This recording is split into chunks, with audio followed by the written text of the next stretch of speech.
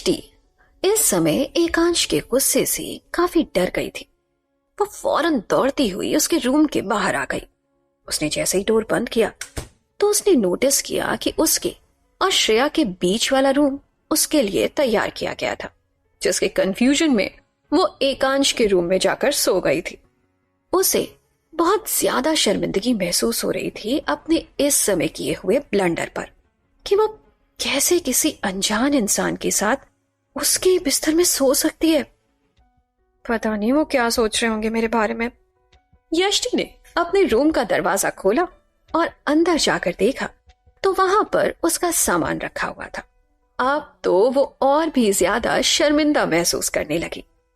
इधर एकांश जब वापस सोने की कोशिश करने लगा तो उसे बेड में से यष्टि के फेमिनाइन परफ्यूम की खुशबू आ रही थी, जिससे उसके लिए सोना मुश्किल हो रहा था। एकांश ने उठकर अपने लिए दूसरा ब्लैंकेट निकाला ताकि कम से कम अब उसे सिर्फ बेडशीट से आती हुई यष्टि की परफ्यूम की खुशबू बर्दाश्त करनी पड़े, लेकिन अभी उसे वो स्मेल सोने नहीं दे रही थी। एकांश दौड़ते हुए अपने ड्राइवर से अपना परफ्यूम लेकर आया और उसने उसे बेड पर स्प्रे कर दिया ताकि अब उसे अपने ही परफ्यूम की स्मेल आए। अब एकांश ब्लैंकेट ओढ़कर सोने की कोशिश करने लगा, लेकिन जैसे ही उसने आंखें बंद की उसके दिमाग में वही ख्याल आया जब उसके हाथ यष्टि के शरीर से छू गए थे। अब एकांश ने गुस्से में अपनी आंखें खोली। उसको इस समय इतना गुस्सा आ रहा था कि अगर यष्टि उसकी मजबूरी नहीं होती तो वो उसे इसी समय जॉब से बाहर निकाल देता। इधर यष्टि इस बात का शुक्र मना रही थी कि एकांश ने उसे जॉब से नहीं निकाला, क्योंकि उसे इस जॉब की बहुत ज्यादा जरूरत थी। लेकिन सुबह को एकांश के रिएक्शन को लेकर उसे फिक्र जरूर हो रही थी। यष्टि ने अपना ब्लैंकेट उठाया और ओढ़कर एक बार फिर से सो गई। उसे तो अभी भी बहुत जल्दी नींद आ गई थी, लेकिन इधर एकांश उसके इस तरह से अपने रूम में अपने करीब आने से अनकंफर्टेबल फील कर रहा था। उसे ऐसा लग रहा था जैसे उसकी चीजों को उसने टच करके खराब कर दिया है, लेकिन साथ ही साथ अपने हाथों पर यष्टि के टच के एहसास को भी वो भूल नहीं पा रहा था। ये पहली बार था जब एकांश ने किसी लड़की को इस तरह से छुआ था, लेकिन आखिर ऐसी क्या वजह थी जो एकांश लड़कियों से दूर रहता था और किसी को भी अपने रूम और अपने करीब आने की इजाजत नहीं देता था। एकांश के लिए जब उस रूम में रुकना मुश्किल हुआ तो वो वहां से उठकर गेस्ट रूम में जाकर सो गया। सुबह जब उसकी आंख खुली तो उसने सुनीता जी से बोलकर सबसे पहले अपनी बेडशीट चेंज करवाई। इसके बाद एकांश रेडी होकर अपने जिम गया, जबकि इधर यष्टि अब तक नहाकर रेडी होकर श्रेया के रूम में आ चुकी थी। श्रेया अभी भी सोई हुई थी तो यष्टि वहीं पास में बैठकर बुक पढ़ने लगी। इधर एकांश भी जिम करके सीधे श्रेया के रूम में आया उसे देखने के लिए। एकांश ने श्रेया के रूम का डोर हल्का सा खोला तो उसे श्रेया के सिरहाने यष्टि बैठी हुई दिखाई दी। उसके हाथों में बुक थी और वो पढ़ने में बिजी थी। उसका ध्यान नहीं गया कि उसको कोई दरवाजे पर से देख रहा है। यष्टि ने बीच में अपनी बुक साइड में रखी और श्रेया के सर पर हाथ फेरते हुए कहा, बेटा श्रेया, गुड मॉर्निंग हो गई प्रिंसेस। मॉर्निंग की फ्रेश एयर आपका वेट कर रही है। चलो यष्टि आंटी के साथ बाहर चलो। यष्टि की प्यार भरी आवाज सुनकर श्रेया अपनी आंखें मलती हुई उठी और उसने यष्टि को हक कर लिया, जो कि एकांश के लिए काफी सरप्राइजिंग था। यष्टि ने उसे अपनी गोद में उठाया और बाहर लेकर आने लगी तो एकांश वहां से अपने रूम की तरफ चला गया।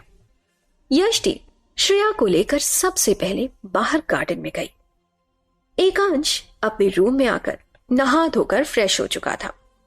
यष्टि भी श्रेया को बाहर गार्डन से सीधे उसके रूम में लेकर आ गई थी ताकि वो उसे गर्म पानी से नहला सके और फिर वो उसे उसके रूटीन के हिसाब से ब्रेकफास्ट करा सके। एकांश भी रेडी होकर नीचे आ गया था। वो हॉल में पड़े सोफे पर बैठकर आज का न्यूज़पेपर पढ़ रहा था, जबकि यष्टि श्रेया को नहलाकर बाहर ले आई। नीचे आते वक्त उसने नोटिस किया कि एकांश न्यूज़पेपर पढ़ने में बिजी है। उसका हैंडसम चेहरा न्यूज़पेपर से ढका हुआ था। यष्टि ने नीचे आकर सुनीता जी से कहा, सुनीता जी, श्रेया का ब्रेकफास्ट मैं खुद बनाऊंगी। श्रेया मेरे हाथ का बना खाना खाएगी आज से। और इतना कहते हुए वो श्रेया को डाइनिंग टेबल पर बिठाकर सीधे किचन में चली गई। एकांश ने ये सब अपने कानों से सुना था। उसे श्रेया की लाइफ में यह बदलाव पसंद नहीं आ रहा था, तो उसने अपने न्यूज़पेपर को फोल्ड करके साइड में रखा और किचन में यष्टि के पास गया और कहा, तुम्हें श्रेया के लिए खाना बनाने की कोई जरूरत नहीं है। उसके लिए कुक है। उसके खाने का रूटीन ऑलरेडी बना हुआ है उसके डाइटिशियन के अकॉर्डिंग, जो कि उसके लिए हेल्दी है। तो बेटर होगा कि तुम इन सब में मत पड़ो और अपने काम पर ध्यान दो। यष्टि ने मुंह बनाते हुए कहा, हाँ, तभी आपकी बेटी खाना खाना नहीं चाहती। आपको तो पता भी नहीं है कि उसके लिए मैं क्या बनाने वाली थी, और फिर भी आप मुझे मना कर रहे हो। मैं बस चाहती हूँ कि वो रोज रोज रूटीन से खाना खाने की जगह अपनी पसंद का टेस्टी और हेल्दी खाना खाए। और किसने कह दिया कि टेस्टी खाना हेल्दी नहीं होता? एकांश ने जवाब दिया, यही तो तुम्हारा काम है कि वो अपने सभी काम टाइम से करे। अब तुम इसमें चेंजेस करने की कोशिश मत करो, मुझे ये पसंद नहीं। अब जब श्रेया की बात थी तो यष्टि भी चुप नहीं रही, क्योंकि कल से वो देख रही थी एकांश ने श्रेया की लाइफ को पूरी तरह से रोबोटिक बना दिया था। उसने थोड़ा झुंझलाते हुए कहा, कैसे बाबू, आप अपनी बेटी को कैसे कैद करके रखा है आपने? उसके उठने का टाइम, सोने का टाइम, खाने का टाइम, घूमने का टाइम, टीवी देखने का टाइम, सब ऐसे फिक्स कर रखा है जैसे वो कोई रोबोट है। तभी तो वो सिर्फ एक बेजान सी मूर्ति बनकर रह गई है। एकांश का गुस्सा यष्टि की ये बात सुनकर अब काफी बढ़ चुका था। आज तक किसी की इतनी हिम्मत नहीं हुई थी कि वो उससे इस तरह से बात कर सके, लेकिन यष्टि की हिम्मत को देखकर उसे उस पर बहुत ज्यादा गुस्सा आ रहा था। इधर डाइनिंग टेबल पर बैठी हुई श्रेया को लगा कि उसके चाचा यष्टि से लड़ रहे हैं, तो वो दौड़कर किचन में गई और जाकर उसने यष्टि की टांगों को अपने छोटे छोटे हाथों से कसकर हक कर लिया। यष्टि उसकी इस छुअन से एकदम से शांत हो गई। उसे पता चल गया कि श्रेया इन सब से घबरा रही है। ये एक चीज एकांश ने भी नोटिस कर ली थी। उसने अब आगे कुछ नहीं बोला। वो घुटनों के बल बैठा और श्रेया को अपने पास खींचते हुए बड़े ही प्यार से बोला, बेटा सॉरी, अपने चाचा को माफ कर दो। मैं आपकी यष्टि आंटी को डांट नहीं रहा था, हम लोग बस बातें कर रहे थे। बड़े लोग ऐसे ही बात करते हैं, है ना यष्टि? उसने नजरें उठाकर यष्टि की तरफ देखा और उसे अपनी हाँ में हाँ मिलाने का इशारा किया। यष्टि भी नीचे बैठी और श्रेया से कहा, हाँ बेटा, हम तो सिर्फ बातें कर रहे थे, आप परेशान मत हो। अपनी बात पूरी करते हुए उसने श्रेया को कमर से पकड़ा तो वहां पर एकांश के हाथ पहले से मौजूद थे। अब यष्टि के हाथ एकांश के हाथों से छू गए। यष्टि के टच से एकांश को कल रात वाली बात याद आने लगी। उसने एकदम से अपने हाथों को पीछे खींच लिया। एकांश की नजरें एक बार फिर से यष्टि के होठों से होकर उसके चेस्ट पर गई। उसने अपने आप को किसी तरह से डिस्ट्रैक्ट किया और श्रेया के माथे पर किस करके वो किचन से बाहर आ गया।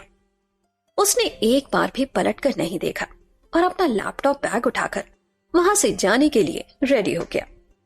सुनीता जी ने एकांश को पीछे से आवाज देते हुए कहा, एकांश बेटा, ब्रेकफास्ट तो करके जाओ।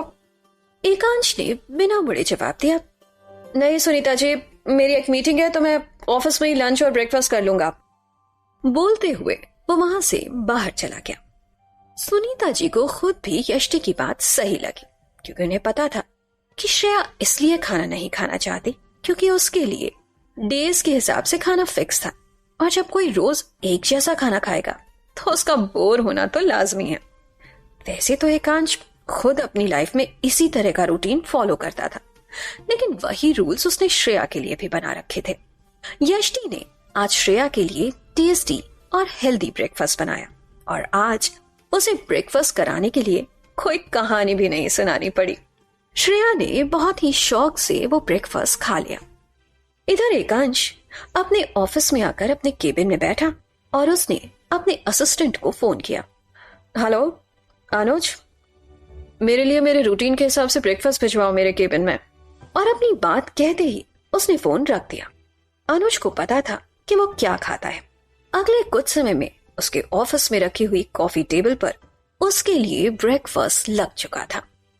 तो दोस्तों, आज के इस एपिसोड की कहानी बस यहीं तक। कहानी के अगले एपिसोड के साथ जल्द मिलती हूँ आपसे।